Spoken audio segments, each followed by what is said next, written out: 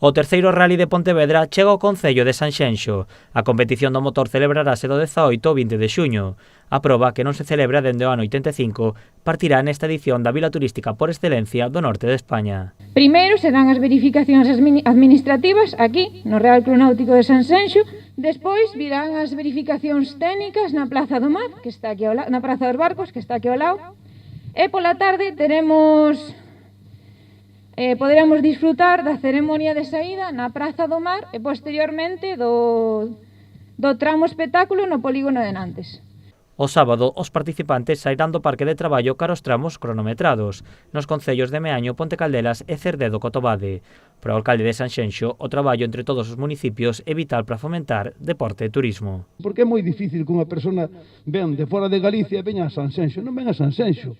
Ven a Galicia, ven a provincia de Pontevedra, ven a comarca do Salner, ven a Rías Baixas, etc. Temos que estar todos buscar a fórmula de que encontre onde se encontre a gusto, non hai xa unha diferencia moi grande dun lugares a outros. E temos que unirnos moito máis na provincia para que as persoas que veñen de fora, que o necesitamos, que son cartos que quedan aquí, polo tanto, riqueza e emprego, pois debemos facelo así como estamos facendo hoxe. Organizada pola escudería con Gostra Team Sanxenxo, a competición tamén conta co apoio da Deputación de Pontevedra e da Xunta de Galicia. O deputado pontevedrés de Deportes destacou a importancia de apostar nestes momentos por competicións deportivas. Levamos un ano e pico pois nunha situación difícil, a valentía, non, para afrontar este tipo de situacións e poder organizar eventos deportivos, poder contar e ofrecerlle aos cidadáns pois a oportunidade de ter eventos deportivos como este, pois creo que é de agradecer.